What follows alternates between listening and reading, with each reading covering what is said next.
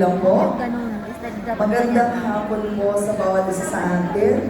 At alam ko po na first time ninyo nakarating po dito.